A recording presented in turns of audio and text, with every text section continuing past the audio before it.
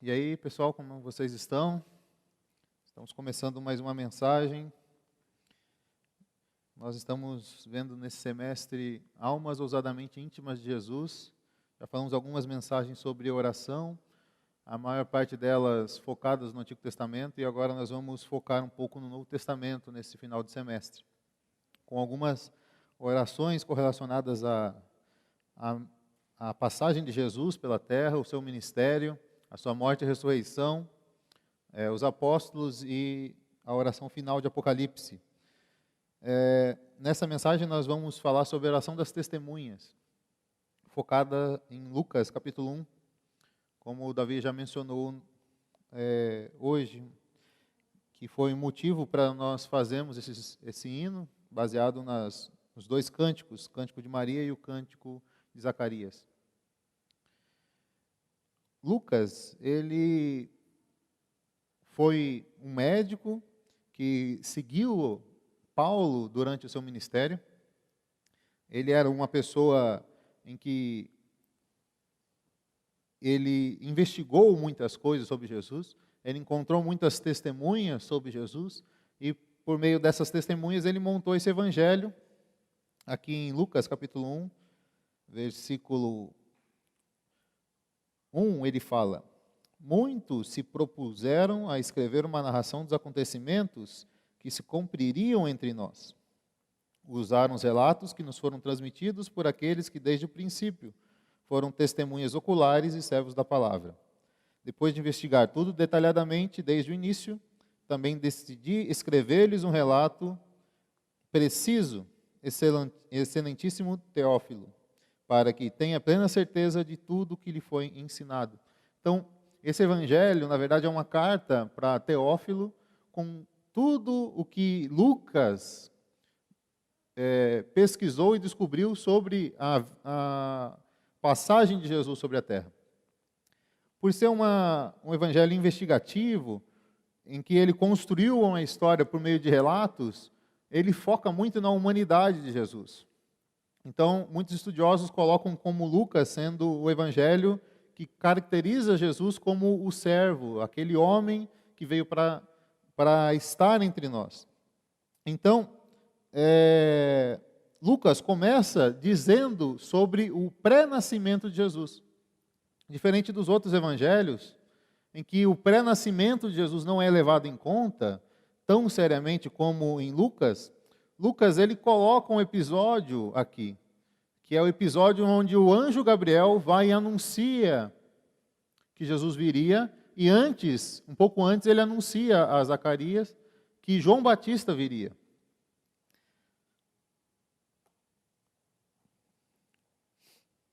A partir dessa introdução de Lucas, nós vemos que existe um cenário para que Jesus viesse à Terra. Baseado no versículo 5, que fala: quando Herodes era rei da Judéia, nós temos que desenvolver qual é o cenário da vinda de Cristo. Antes da história de Lucas ser iniciada, a última história que foi contada foi pelo profeta Malaquias. Malaquias capítulo 4 é o último trecho da Bíblia antes de 400 anos de interrupção de Deus e do falar de Deus.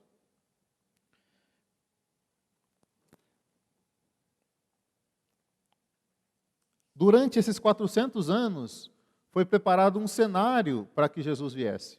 Jesus veio no momento certo, na hora certa, pré-determinada pelo Pai. Em Mateus, capítulo 24, versículo 35,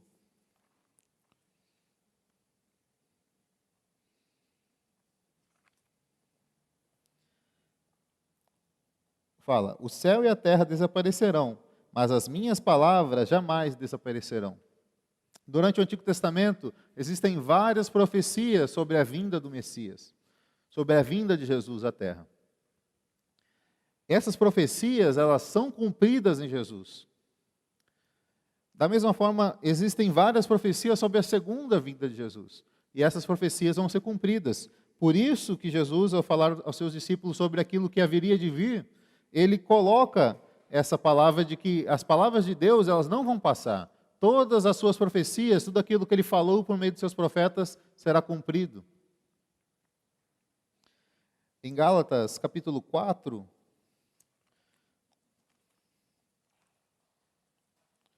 Gálatas capítulo 4, versículo 4,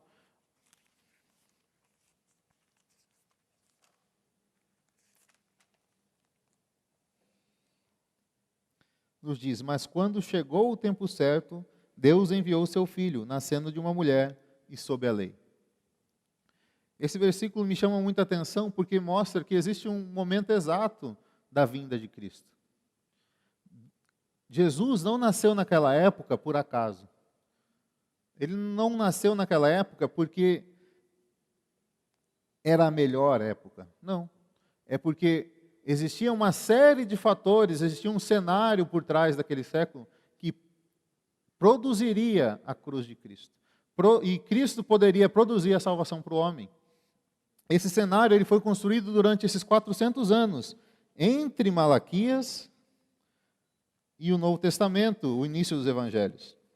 Toda essa parte histórica que ficou oculta da Bíblia, ela ajuda a produzir aquilo que nós vemos na chegada de Jesus. Nós vemos um povo, ao final do Antigo Testamento, nós vemos um povo reedificando a cidade. Eles reedificam Jerusalém, reedificam os muros, e ali a história é interrompida. Mas quando nós vemos Jesus nascendo, nós vemos o rei Herodes, que não era mais um judeu. Ora, o que aconteceu então com os judeus? Ele era da parte de Roma. Depois, nós vemos que existiam fariseus, existiam escribas, existia uma religião, existiam as sinagogas. Como tudo isso surgiu? Todas essas coisas, todo esse cenário foi criado ao longo desses 400 anos. A última profecia, então, está em Malaquias, capítulo 4, versículo 5. Vejam, eu lhes envio o profeta Elias antes da vinda do grande e terrível dia do Senhor. Ele fará que o coração dos pais volte para os seus filhos e o coração dos filhos volte para os seus pais. Do contrário, eu virei e castigarei a terra com maldição. A última profecia do Antigo Testamento relata sobre a vinda de Elias, ou seja, de um grande profeta para trazer o Senhor. E após isso, nós não temos acesso a nada. Mas nós sabemos qual foi o curso do mundo.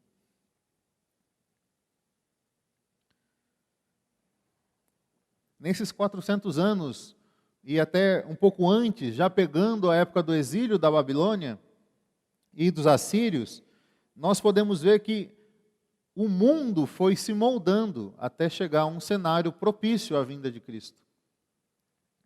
Por que isso é importante? Porque nós precisamos entender que existe um cenário também da volta de Cristo.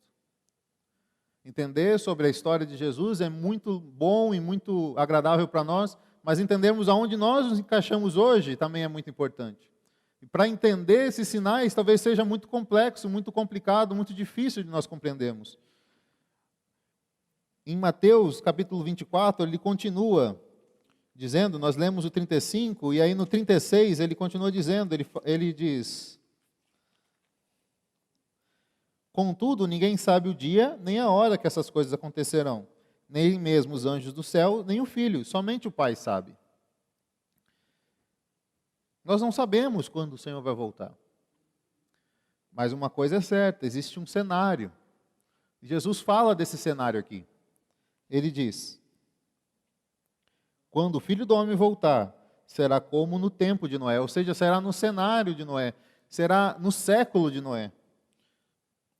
Nos dias do dilúvio, ou seja, naquela época o povo seguia a sua rotina de banquetes e festas e casamentos, até o dia em que Noé entrou na arca. Não perceberam que estava para acontecer, até que veio o dilúvio e levou todos. Assim será na vinda do Filho do Homem. Aqui, Jesus ele não fala quando vai vir, mas ele conta o cenário, como as coisas estariam caminhando quando Jesus finalmente voltar. E esse cenário é um cenário onde as pessoas vivem as suas próprias vidas, de acordo com os seus próprios prazeres. Mais para frente nós vamos ver mais sobre o nosso cenário. Mas antes vamos analisar qual é o cenário que levou o anjo Gabriel falar com Zacarias e com a Maria. Primeiro, lá atrás, em 700 anos antes de Cristo, os assírios foram até Israel e tomaram 10 tribos e meia. As 10 tribos do norte, a metade da tribo de Benjamim. A outra metade da tribo de Benjamim e a tribo de Judá ficaram ainda em Israel. Ali se fortaleceu o que nós chamamos hoje de judeus, por conta dessa época que Judá ficou sozinha reinando ali. Durante 140 anos, Judá então ficou ali. Mas depois desses 140 anos, veio os babilônicos, e eles levaram cativos por 70 anos os judeus. Lá na Babilônia, nós temos a história muito bem conhecida de Daniel, mas de maneira geral, Deus usou esse cativeiro na Babilônia de 70 anos para tratar o coração do povo, para livrar da idolatria, porque o povo estava muito idólatra, muito divisivo, os reis não conseguiam mais reinar. Então, o cativeiro foi para isso, tratou com a idolatria, restaurou a lei de Deus, só que ele trouxe também malefícios para o povo de Israel. O hebraico foi deixado de lado. Eles saíram de lá falando apenas o aramaico. Logo, eles não conseguiam mais entender a Torá, ou seja, os livros do Pentateuco. Eles não entendiam porque foi escrito em hebraico. Eles ficaram sem acesso à história deles. E até mesmo, como já foi falado em algumas mensagens anteriores, eles ficaram até mesmo sem saber como pronunciar o nome de Deus. Eles perderam aquilo que eles tinham de mais preciosos, porque não guardaram a sua própria história.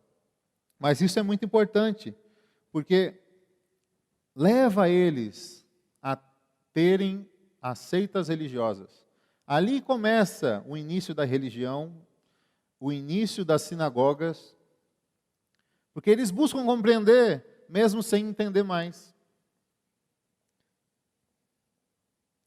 Depois desses 70 anos, surge um personagem muito importante. Já por volta de 400 antes de Cristo, surge Ciro, o persa. Ele vai lá e acaba com a Babilônia. Ele domina então o mundo e restaura o povo de Israel em sua terra. Para muitos, aquilo simbolizou como se Ciro fosse o Messias prometido. E isso é muito importante porque Ciro, inconscientemente, vira a imagem que eles esperavam de um Messias. Alguém poderoso, forte em guerra, um rei forte que livraria eles de seus inimigos. A expectativa que eles tinham com relação à vinda do Messias era essa. E nós já vimos também, o que nós encontramos em Jesus é alguém totalmente oposto a isso. Alguém humilde, alguém vindo de um lugar desprezado. Então, a imagem de Ciro também é importante. A religiosidade, depois a imagem de Ciro, criam algo na cabeça dos judeus que contraria o próprio Deus.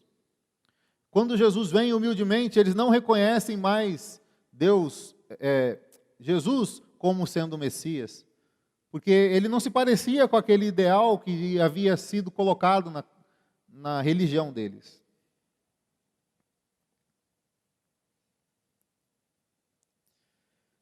Depois do domínio medo-persa, nós temos o domínio grego.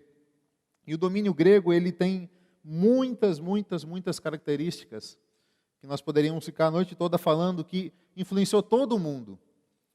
Ele foi comandado por Alexandre o Grande. Ele é muito conhecido, todos nós estudamos na escola, ele dominou o mundo todo de uma forma diferente dos outros. Os outros dominavam por meio da guerra. Ele dominava também por meio da guerra. mas ele colocava, introduziu a sua cultura, a cultura dos gregos, por toda a terra. O termo usado é que ele helenizou o mundo todo. Todo mundo sofre influência dos gregos, de modo que até hoje a nossa grande influência vem dos gregos. O grego é tão forte que o Novo Testamento inteiro é escrito em grego. Paulo, ele era especialista em grego.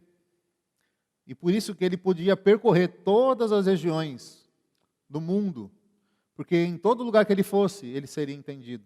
É mais ou menos hoje como o inglês funciona. Ele é meio que obrigatório, porque em todo lugar é uma língua em que todos basicamente entendem. A filosofia também entrou com muita força em todo o mundo. Sócrates, Platão e tantos outros filósofos colocaram questões tão importantes que são debatidas até hoje. O pensamento humano foi elevado a outro patamar. O pensamento sobre a sua própria existência, sobre a existência de seres superiores. O homem nunca foi tão introspectivo em busca do sentido da sua própria vida. E isso, claro, refletiu na religião, ou seja, refletiu naquilo que eles esperavam de Deus. Também refletiu na educação do povo. Surgiram grandes universidades, grandes escolas. O próprio Paulo, ele veio de uma grande escola, ou seja, ele tinha muito conhecimento, provavelmente Lucas também veio de uma grande escola. E aí surge outro ponto que eles esperavam de Jesus. Alguém extremamente instruído. E eles introduzem algo muito importante. E isso é algo que é trazido até hoje a nós, que é a moral. A moral, ela é separada da religião. Antes, se você adorava a Deus, você tinha que cumprir a lei de Deus. Com essa separação, isso deixa de existir. As coisas, elas se tornam independentes em si. Você pode agora acreditar em um Deus, mas você pode ser totalmente imoral. Já perto da vinda de Jesus, em torno de 70 anos antes de Cristo, os romanos dominam todo o mundo. E eles criam um império lá em Roma. A partir da cidade de Roma, eles controlam todo o mundo, eles criam um sistema onde em cada lugar, em cada território, existia um exército, existia um comandante, existia um governante e, por último, existia o imperador que dominava sobre toda a terra. Mas eles absorveram muitas coisas dos gregos. Toda essa influência dos gregos veio para os romanos. E uma das influências que eles receberam foi a cultuação de um Deus. Só que o Deus deles era o próprio imperador. Isso é muito importante porque eles criaram uma lei.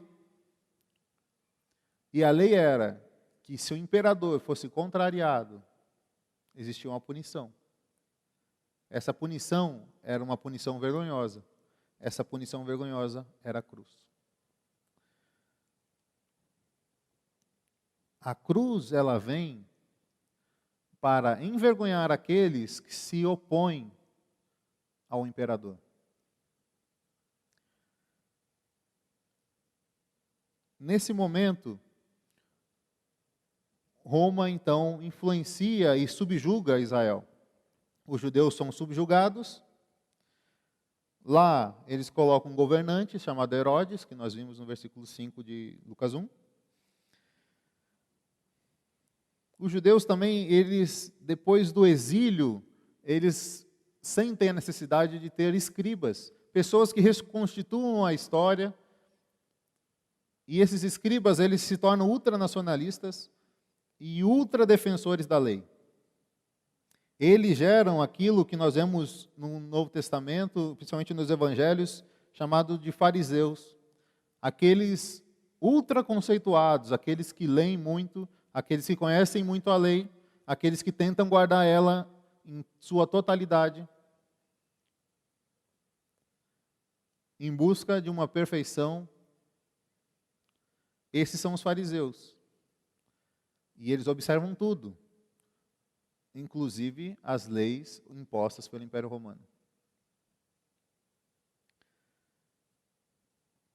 Mesmo diante de um império, essas pessoas ultranacionalistas, que têm a sua religião como forma mais elevada possível, são aqueles que crucificam Jesus.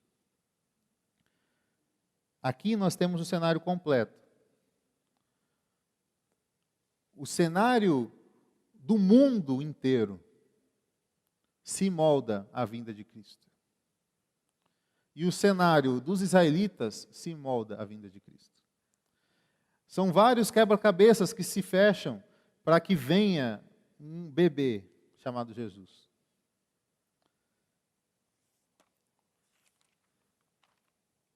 Jesus não veio ao acaso. Ele veio exatamente no tempo que era para vir. Tudo aconteceu de acordo com a soberania de Deus. Todos esses domínios, esses 5 domínios que eu falei sobre o mundo todo, ocorreram para que um dia Jesus viesse à Terra, no tempo certo. Então nós tivemos várias profecias no Antigo Testamento. Nós tivemos esse cenário sendo montado. Mas ninguém havia vivido ainda a realidade daquilo tudo. Até que chegou o momento. E para nós hoje, talvez seja assim. O cenário, para aqueles que conhecem, está sendo montado. O avanço da tecnologia, a regressão, o retorno de Israel ao seu território. Nós estamos vendo nos últimos dias ataques a Israel. Até mesmo essa pandemia, a dificuldade de articulação entre os governos, a imoralidade, o pós-modernismo, a pós-verdade, a Bíblia sendo retirada como verdade absoluta. Tudo agora é relativo. O cenário ele está sendo montado.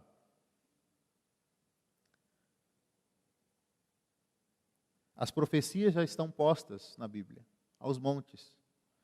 Só que tem um momento em que elas finalmente começam a ser cumpridas. É como o nascer do sol, né? A aurora. Nós vemos um rainho de sol. Você sabe que o dia está vindo. Essa mínima percepção foi descrita em Lucas capítulo 1. Ali é o momento em que as coisas deram um start. Tudo começou a se cumprir. É como, nós vamos ver aqui sobre o anjo Gabriel, é como se Deus falasse assim, ó, Gabriel, vai lá, é a hora. Sabe quando você tem um evento grande, às vezes todas as semanas aqui a gente se organiza para fazer algo para vocês, e chega uma hora que é a hora, agora é a hora da execução. O pessoal hoje mais cedo estava ensaiando a música, aí não estava achando o tom, aí estava tendo algum problema com algumas partes da música, só que chegou uma hora que tem que tocar. E deu tudo certo.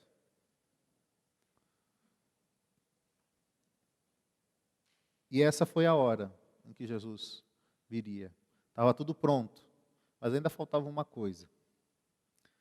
Faltava o profeta, que introduziria Jesus. E é sobre isso que Lucas capítulo 1, versículo 5 trata. Vou ler a partir do versículo 5 e vou pulando alguns versículos para ficar mais rápido. Quando Herodes era rei da Judéia, havia um sacerdote chamado Zacarias, que fazia parte do grupo sacerdotal de Abias. Sua esposa Isabel também pertencia à linguagem sacerdotal de Arão. Aqui então nós temos duas testemunhas sobre a vinda de Jesus sendo colocadas, Zacarias e Isabel. Zacarias e Isabel eram justos aos olhos de Deus e obedeciam cuidadosamente a todos os mandamentos e estatutos do Senhor. Aqui mostra como deve ser o nosso viver hoje, enquanto nós esperamos a segunda vinda de Jesus. Nós devemos ter um viver normal com o Senhor. Aqueles que esperam um momento final para ter algo com o Senhor, É como foi falado nos versículos de Mateus 24, não vai ter tempo. Você não vai conseguir perceber. Uma das coisas que eu mais tenho medo é de viver a minha vida e não perceber que as coisas estão acontecendo. Não perceber que esse start já foi dado. Não tinham filhos, pois Isabel era estéril e ambos já estavam bem velhos. Uma situação bem parecida à situação de Abraão. Já os dois velhos, não tinham filhos, Isabel era estéril. Até que um dia Zacarias vai ao templo, lá ele é escalado, aqui nos próximos versículos diz, lá ele é escalado via sorteio, entra lá para oferecer incenso no altar, no versículo 11. Quando ele está fazendo isso, aparece um anjo. Esse anjo é o anjo Gabriel. Ele aparece e fala, você vai ter um filho. Aqui, ó, versículo 14. Você terá grande satisfação e alegria, e muitos se alegrarão com o nascimento do menino. Perdão, tem um versículo que é bem interessante também. O anjo, porém, lhe disse, versículo 13, não tenha medo, Zacarias, sua oração foi ouvida. Isabel, sua esposa, lhe dará um filho, e você o chamará de João. Aqui, Gabriel coloca um nome que deveria ser do filho dele, João. Você terá grande satisfação e alegria, e muitos se alegrarão com o nascimento do menino, pois ele será grande aos olhos do Senhor. Nunca tomará vinho, nem outra bebida forte, será cheio do Espírito Santo, antes mesmo de nascer. Fará muitos israelitas voltarem ao Senhor seu Deus. Será um homem com o espírito, e aqui a profecia se cumprindo de Malaquias, será um homem com o espírito e o poder de Elias, e preparará o povo para a vinda do Senhor. Fará o coração dos pais voltar para os filhos, e levará os rebeldes a aceitarem a sabedoria dos justos. Mas Zacarias, ele não acreditava mais. Ele servia na casa de Deus, mas a sua fé não era tão grande a ponto de acreditar num anjo. Ele falou, não tem como. A minha mulher é estéril e nós já somos velhos.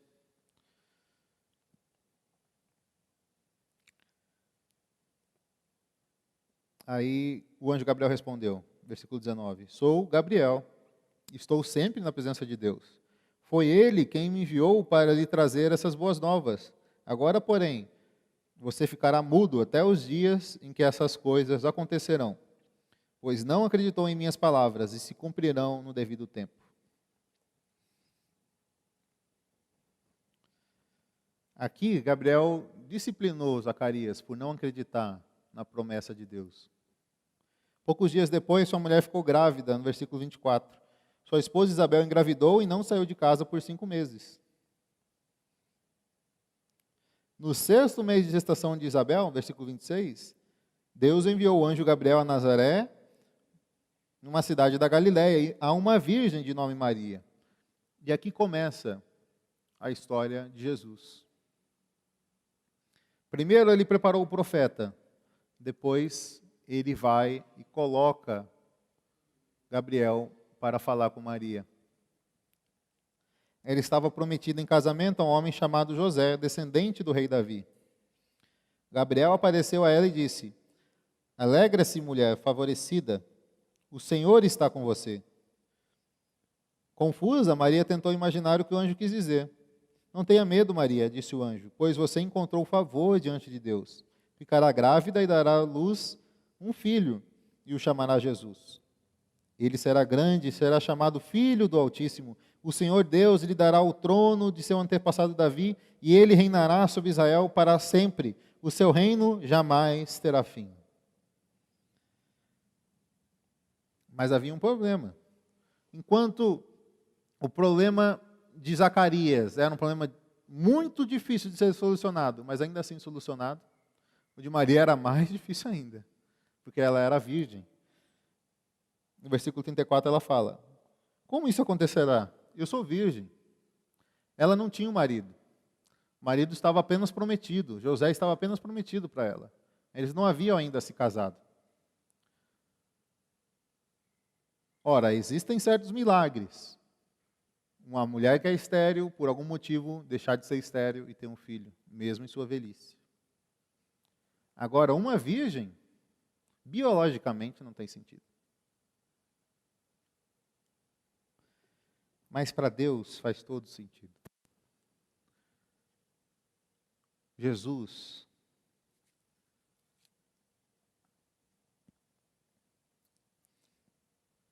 precisava vir sem pecado. Precisava vir com a natureza de Deus. E a única maneira dele fazer isso era por meio de uma virgem.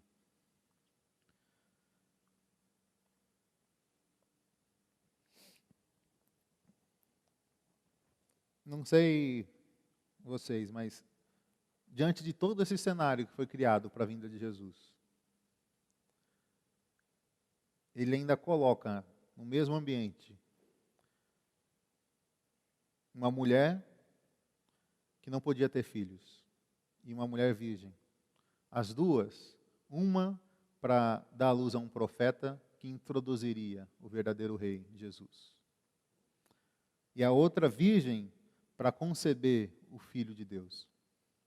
Deus se encarnando num bebê. Deus se reduzindo a nada dentro da barriga de uma mulher.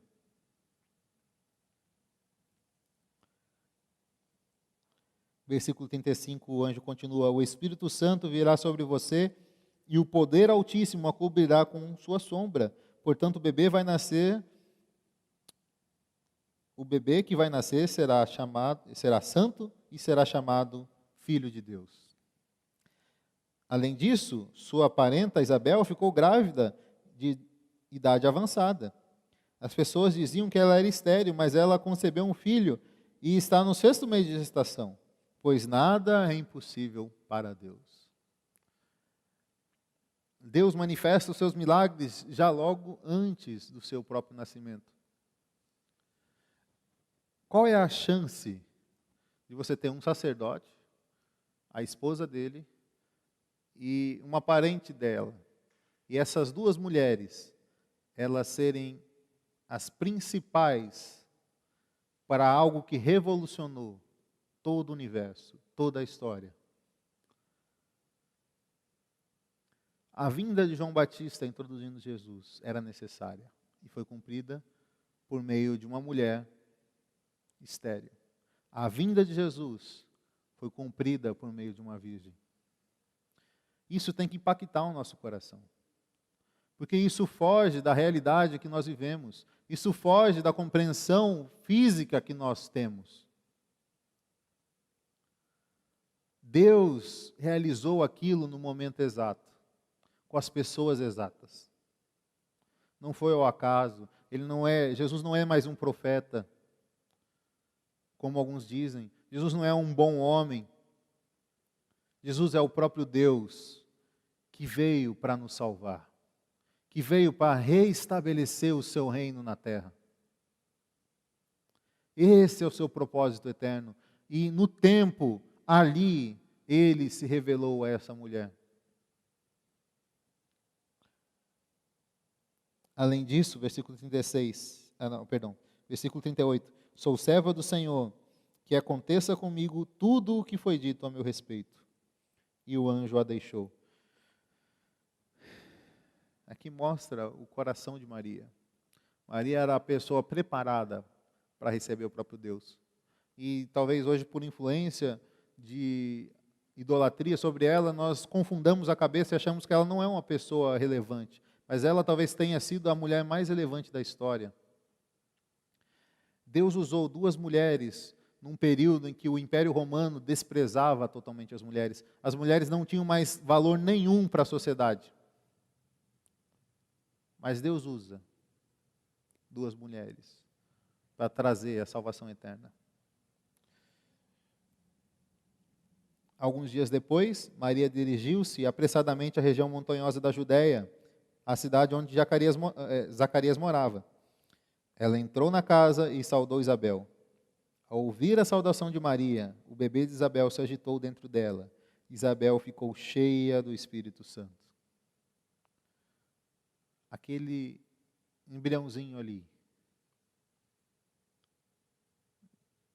já era o próprio Deus.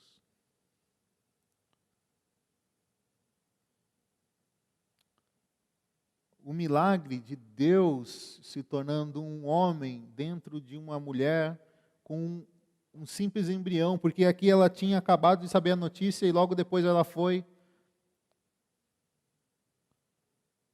Não era nada ainda, mas ao mesmo tempo era a salvação de toda a humanidade.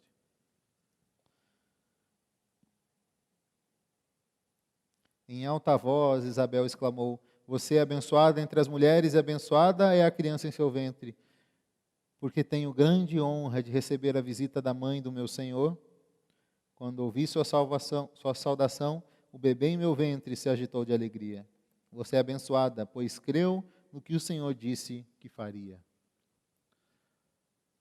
Essa é a diferença de Maria. Ela creu naquilo que o anjo colocou para ela. Ela sabia da dificuldade e colocou para o anjo. Mas uma vez que o anjo reafirmou que o Espírito Santo faria, ela creu naquilo. Hoje nós tentamos racionalizar tudo, colocar tudo debaixo daquilo que nós podemos ver, daquilo que nós podemos entender. Nada mais é aceito no mundo hoje se não pode ser compreendido. E uma vez compreendido, se torna algo humano e não mais algo divino. O cenário posto hoje para nós é um cenário que descaracteriza todos os milagres de Deus, que despreza tudo aquilo que Deus fez, falando que foram eventos totalmente desconexos da realidade, que são falácias, que a ciência não bate mais com a Bíblia, que a ciência ultrapassou a Bíblia. Deus não está preocupado com a ciência. Deus veio numa virgem. Ele não se subjuga aos pensamentos humanos. Ele não se subjuga à lógica humana.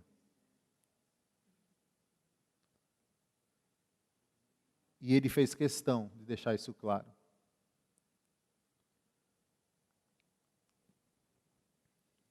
Maria, então, entoou o cântico que já foi cantado muitas vezes, como Davi falou mais cedo. Magnificat.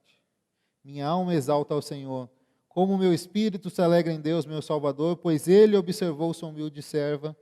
E de agora em diante, todas as gerações me chamarão abençoada, pois o poderoso é santo. E Ele fez grandes coisas por mim. Demonstra misericórdia a todos os que o temem, geração após geração. Seu braço poderoso fez coisas tremendas. Dispersou os orgulhosos e os arrogantes. Derrubou príncipes de seus tronos e exaltou os humildes. Encheu de coisas boas os famintos e despediu de mãos vazias os ricos. Ajudou o seu servo Israel e lembrou-se de ser misericordioso. Pois assim prometeu a nossos antepassados, a Abraão e a seus descendentes, para sempre. Aqui Maria estava testemunhando as profecias sendo cumpridas nela mesma. E talvez você ache, nossa, que mulher espetacular. As profecias do Antigo Testamento foram cumpridas nela. Mas e se eu disser que as promessas da segunda vinda de Cristo podem ser cumpridas em você? Que nós podemos ser responsáveis por ser testemunhas da segunda vinda de Cristo.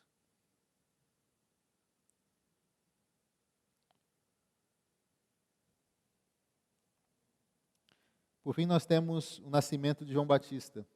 E talvez uma das partes mais engraçadas que Lucas colocou aqui, com certeza de propósito. Chegando o tempo de seu bebê nascer, Isabel deu à luz um filho. Vizinhos e parentes se alegraram ao tomar conhecimento de que o Senhor havia sido tão misericordioso com ela. Quando o bebê estava com 8 dias, eles vieram para a cerimônia de circuncisão. Queriam chamar o menino de Zacarias, como o pai. Mas Isabel disse, não, seu nome é João. Zacarias estava sem falar durante todo esse tempo. Durante os 9 meses ele ficou sem falar. E aí, os parentes vieram e era da tradição colocar o nome do pai, de algum parente importante. como até hoje muitas pessoas praticam. E assim como eles falaram no versículo 61, não há ninguém em sua família com esse nome.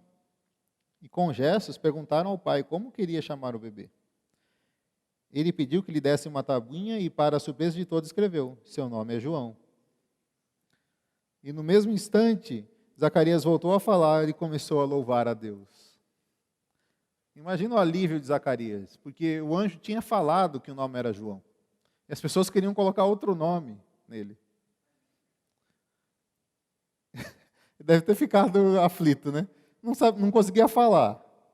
As pessoas não queriam acreditar na mulher.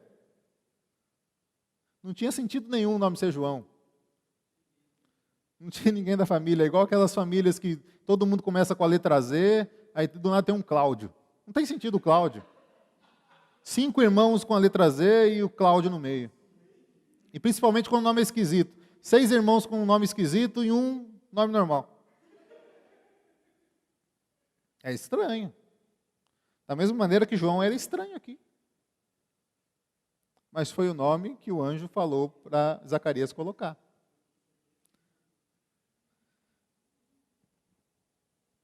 Deus foi misericordioso com Zacarias. E por isso, ele profetizou um cântico. Benedictus. Versículo 68. Seja bendito o Senhor, o Deus de Israel, pois visitou e resgatou o seu povo. Ele nos enviou poderosa salvação da linhagem real e de seu servo Davi.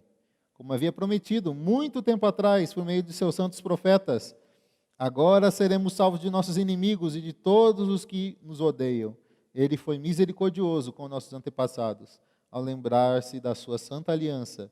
O juramento solene que fez a nosso antepassado Abraão prometeu livrar-nos de nossos inimigos para o servirmos sem medo, em santidade e justiça, enquanto vivemos. E você, meu filhinho, será chamado profeta do Altíssimo, pois preparará o caminho para o Senhor. Dirá ao seu povo como encontrar salvação, pois por meio do perdão de seus pecados, graças até na misericórdia de nosso Deus, a luz da manhã, vinda do céu, está prestes a raiar sobre nós, para iluminar aqueles que estão na escuridão e na sombra da morte, e nos guiar ao caminho da paz. É o que a gente cantou.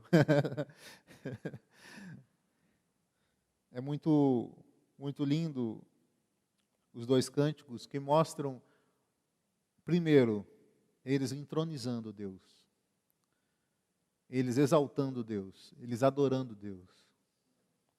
E mostra como deve ser a nossa atitude, todo momento, adorar a Deus, engrandecer a Deus, engrandecer seus feitos, engrandecer aquilo que Ele falou, engrandecer aquilo que Ele cumpriu. Aqui, Zacarias não estava mais falando de algo que viria, mas algo que veio, e ele estava vendo, ele estava testemunhando. O profeta estava ali, a salvação também estava.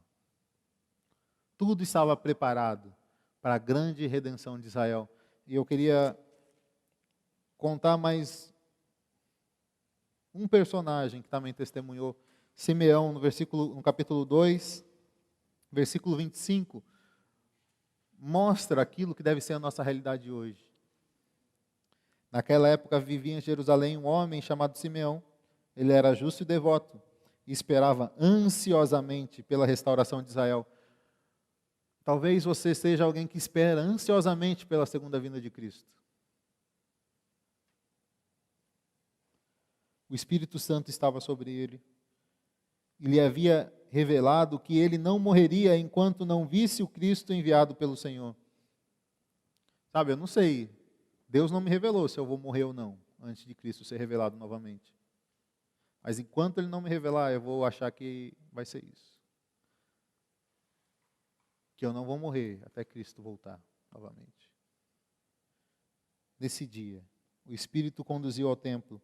Assim, quando Maria e José chegaram para apresentar o menino Jesus ao Senhor, como a lei exigia, Simeão tomou a criança nos seus braços e louvou a Deus, dizendo: Soberano Deus, agora podes levar-me em paz o teu servo, como prometeste. Vi a tua salvação, que preparaste para todos os povos. Ele é uma luz de revelação às nações e é a glória do teu povo Israel. Simeão ficou satisfeito com aquele menino, porque ele viu que a salvação estava nele.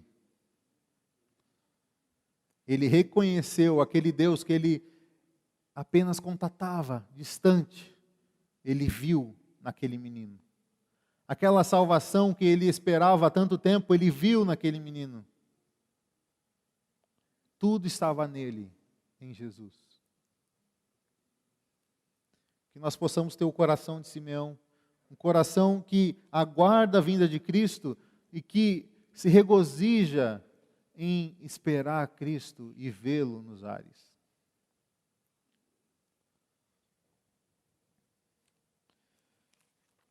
Lucas capítulo 21, versículo 34. Nos faz uma advertência sobre o nosso tempo de hoje. Tenham cuidado, não deixem seu coração se entorpecer com farras e bebedeiras, ou seja, com as coisas que não importam em nossa vida. Tem coisas que não importam e nos distraem. Nem com as preocupações dessa vida, coisas que importam. Tem duas coisas que nos distraem, que tiram essa esperança de nós presenciarmos a volta de Cristo. As coisas que não importam, e você sabe quais são na sua vida, e as coisas que importam, que são necessárias, mas elas também atrapalham e destroem ou distraem o nosso coração do real objetivo de nós estarmos nesse cenário, ou seja, nesse ambiente hoje que é um ambiente da volta de Cristo. Nós devemos ansiar cada dia mais pela sua volta.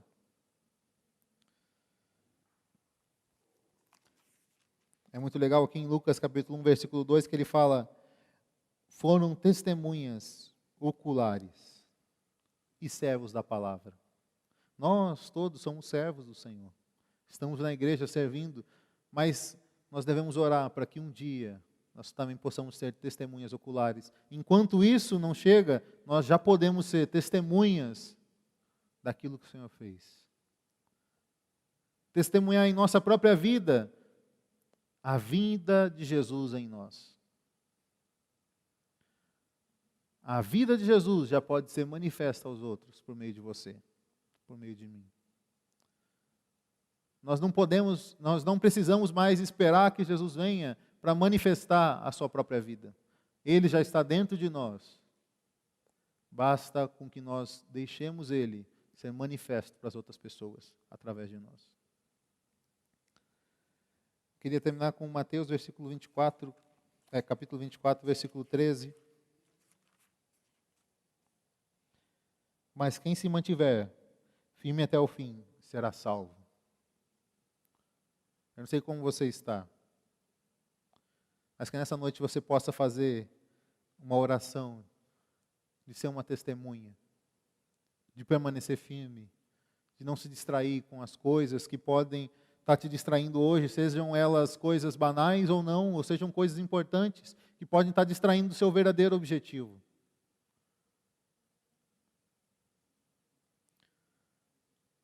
Nós hoje precisamos almejar ser testemunhas oculares da segunda vinda de Cristo. Versículo 14: as boas novas a respeito do reino serão anunciadas em todo o mundo, para todas as nações. Então virá o fim.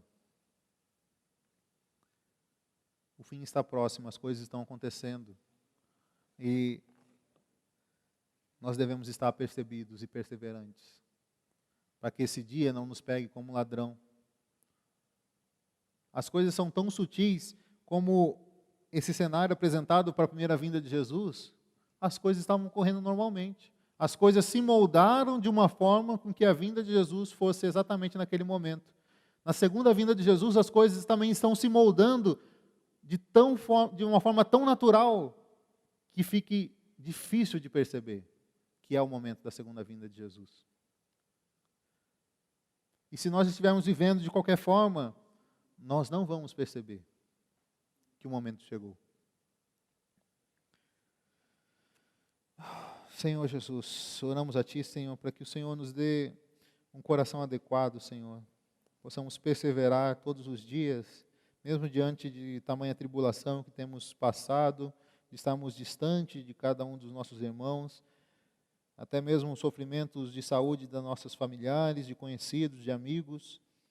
Senhor, não vivemos num momento tão fácil, Senhor. Estamos passando por dificuldades, mas sabemos que todas essas dificuldades conduzem para a Sua segunda vinda. Não devemos nos desesperar, Senhor, mas nos manter fiéis à Tua palavra, sabendo que as Suas promessas serão cumpridas e o Senhor retornará para estabelecer o Seu reino aqui na terra e subjugar todas as nações. Senhor, o Seu trono está nos céus, mas reina também sobre nós hoje. Estabelece sobre cada um o Teu reino em nossas vidas e que o Senhor possa fazer conforme seja do Teu bom prazer. Não queremos viver por nós mesmos, segundo os nossos próprios prazeres, segundo o nosso próprio conhecimento ou segundo aquilo que nós achamos certo e errado. Nem mesmo queremos desfrutar a Ti, Senhor, segundo aquilo que nós consideramos ser a nossa própria religião. Consideramos ser aquilo que o Senhor espera de nós. Não, queremos nos esvaziar. Fala conosco intimamente. Queremos estar preparados para ouvir. E queremos ser testemunhas oculares da Sua segunda vinda. Senhor, se for a Tua vontade, traga isso para nós hoje. Almejamos a Tua segunda vinda, Senhor, todos os dias. Cada dia estamos mais perto de Te ver face a face. Oh, Senhor Jesus, nos mantenha fiéis, mesmo diante de tanta tribulação. Nos guarda em Ti, em nome de Jesus. Amém.